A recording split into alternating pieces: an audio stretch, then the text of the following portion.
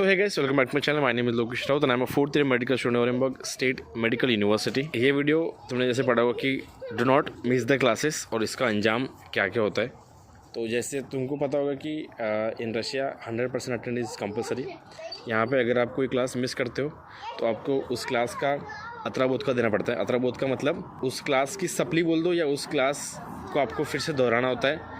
इसके अलग अलग टीचर्स के अलग अलग दिन के टाइमिंग होते हैं। जैसे आज मेरा सर्जरी का क्लास हुआ तो मेरा सर बोलेगा कि अत्राबोध का जो टाइमिंग है मेरा वाला वो वेडनेसडे को 5 बजे का है। तो अगर किसी बंदे का सर्जरी का कोई क्लास छूटा है तो उससे वेडनेसडे को 5 बजे जाके उस क्लास को देना होगा। जैसे कोई पैंक्रियाटिस का क्लास छूट गया तो फिर पैंक्रियाटिस का आपको टॉपिक पढ़ के जाना होगा कि बोला सर मेरा पैंक्रियाटिस टॉपिक का क्लास छूटा है एंड फिर मैं ये टॉपिक अभी आपको देने आया हूँ।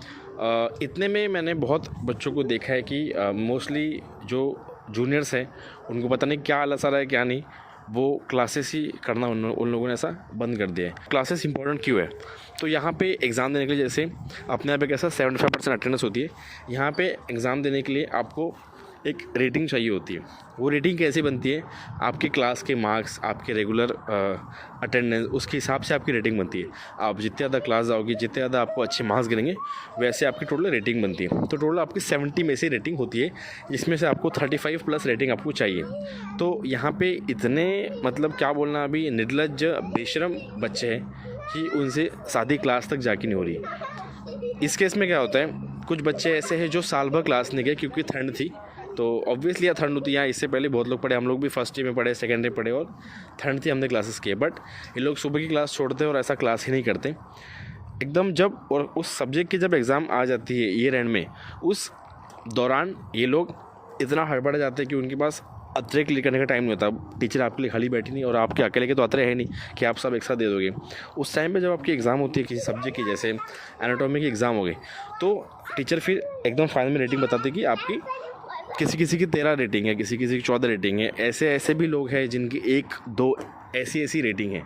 ठीक है, मतलब अभी क्या ही बोले कि 70 में से एक 2 रेटिंग आ रही है बच्चों की। अब इस केस में क्या होता है, जैसे मेरी 13 रेटिंग है तो आपको एग्ज़ाम में बैठने दिया जाता है। You are allowed to give the exams. फिर आपने एनाटॉमी वाले में आपकी एक आपका ओरल होता है जिसमें आपको कुछ क्वेश्चन आंसर करने पड़ते हैं, और कुछ इसमें आपका ये होता है शोइंग, जिसमें आपको कुछ दिखाना पड़ता है, कोई मसल दिखानी पड़ती है। ऐसा तो उस केस में क्या होता है, बच्चों की शोइंग उनको अलाउ की जाती है लेकिन उनको पास नहीं किया जाता। तो until and unless they get a rating till 35, जब तक उनकी 35 रेटिंग नहीं होती तब तक वो लोग एग्ज़ाम पास करने के एलिजिबल नहीं होते। और एक बार आपकी फर्स्ट अटैम्प्ट, ठीक है, फर्स्ट अटैम्प्ट मतलब the first time which you gave exam, उसमें आप फेल हो गए क्योंकि आपकी रेटिंग नहीं थी, आपने बस शोइंग क्लियर की।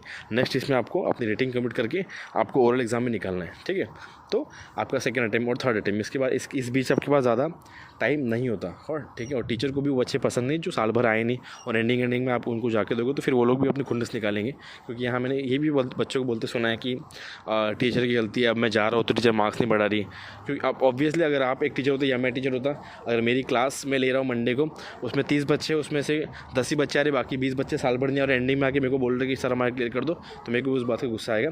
हाँ, हालांकि ये कोई वैलिड पॉइंट नहीं है, इसमें टीचर ने उनके अतरे लेने चाहिए, बट एक लिमिट तक। आप बोलोगे कि मेरे एक दिन में 5-5, 6-6 टॉपिक ले लो, तो ये क्या बात हुई कि मैं गधा हूँ जिन्होंने हफ्ता भर क्लास किया 5-6, और एक आदमी जिसने क्लास नहीं किया वो एकदम वीक के एंड में जाके बोल रहा है ठीक है आज मेरे 6 टॉपिक के अतरे ले लो। तो फिर साल भर आप मतलब आप हफ्ता भर आराम करो, that is also practically not possible. तो इस केस में क्या होता है कि बच्चे एग्ज़ाम्स क्लियर कर देते हैं और उनके बाद में रेटिंग नहीं बनती है, इवेंचुअली वो लोग फेल हो जाते हैं, उनका ईयर बैक लग जाता है। सो मैं तुमको इन शॉर्ट यही बता रहा हूँ कि मैं ये नहीं बोल रहा हूँ कि 100% अटेंडेंस कंपलसरी मतलब आपको हर क्लास जानी। आप 1 महीने में 1 क्लास छोड़ सकते हो मतलब अगर आपको कोई जेन्युइन रीज़न है तो आप वो क्लास को मिस कीजिए। Health should always be a priority. अगर आपकी कभी तबीयत ठीक नहीं तो आप ऐसा नहीं बोलना है कि भैया मैं फिर भी क्लास जाऊँगा। If your health is not good, आप उस दिन आराम कीजिए, टेक यू मेड्स, और उसके बाद में आप अगला क्लास जाए। क्योंकि अगर आप उस दिन भी क्लास चले गए, आपकी और तबीयत ख़राब होगी, तो आपको 3-4 दिन की छुट्टी पड़ेगी। वो वैसा करने से अच्छा आप किसी एक दिन क्लास में जाओ एंड देन आगे उस क्लास को कंटिन्यू करो, और मैम को बोलो कि मेरी तबीयत ठीक नहीं थी और ये टॉपिक में मेरा आता है, तो बिल्कुल वो जेन्युइन रीज़न होगा। आप किसी दिन बोलोगे कि मेरी एक दिन तबीयत ठीक नहीं थी, कोई भी मैम सुन लेगी। आप बोलोगे मैं 4-5 दिन में तबीयत ठीक नहीं थी, तो थोड़ा सा वो अनबिलीवेबल सा साउंड होता है। तो इस केस में आपने प्लीज़ ध्यान रखना है कि रेगुलर क्लासेस करने हैं और अपनी रेटिंग हमेशा मैम से चेक करती रहनी है। हमेशा मैम को अपने पूछना है कि मैम मेरे कितने अत्रबोध का है या मेरे किस इसमें मार्क्स कम है, मैं इस टॉपिक पे मैं मार्क्स बढ़ाना चाहता हूँ। वो आपको टाइमिंग देगी, आना उस टॉपिक पे आप उस दिन जाएंगे और अपना टॉपिक वो मैम को बताएंगे। सो आपका अत्र क्लियर होगा। तो इन शॉर्ट सभी कृपया अपने अपने इन सब चीज़ों पे ध्यान दें। आप अभी बच्चे नहीं रहे, हर बात के लिए आप अपने टीचर को एडमिनिस्ट्रेशन को ब्लेम नहीं कर सकते, क्योंकि आप अपने पेरेंट्स को भी नहीं बोल सकते कि टीचर गलती। पेरेंट्स को तो क्या लगेगा कि टीचर की गलती होगी, क्योंकि उनको तो अपने बच्चों पर भरोसा है। बट उनको भी सच बताइए कि मैंने ही ये सब गोबर जो किया है ये अब मेरा ही किया धरा है और इसका रीज़न मैं हूँ और अभी मेरे को ही भुगतना पड़ेगा। तो ईयर बैग लगना बहुत बड़ी चीज़ है।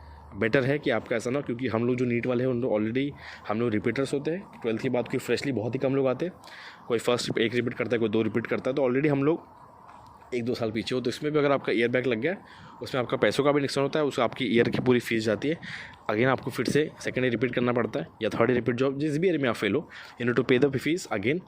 तो इन सब में बहुत आदमी कभी डिप्रेशन में भी चले जाते हैं और फाइनेंशियल भी बहुत नुकसान होता है। ठीक है, अपने पेरेंट्स के पैसों पे भी ध्यान दो। और साथ ही अगर तुमसे क्लास भी नहीं हो रही तो यहाँ एडमिशन मत लो, अपना एडमिशन निकाल लो यहाँ से। ठीक है। सो अगर आपने अभी तक सब्सक्राइब नहीं किया तो कर लेना, और किस टॉपिक पर वीडियोस चाहिए मेरे को कमेंट बॉक्स में लिख देना। धन्यवाद।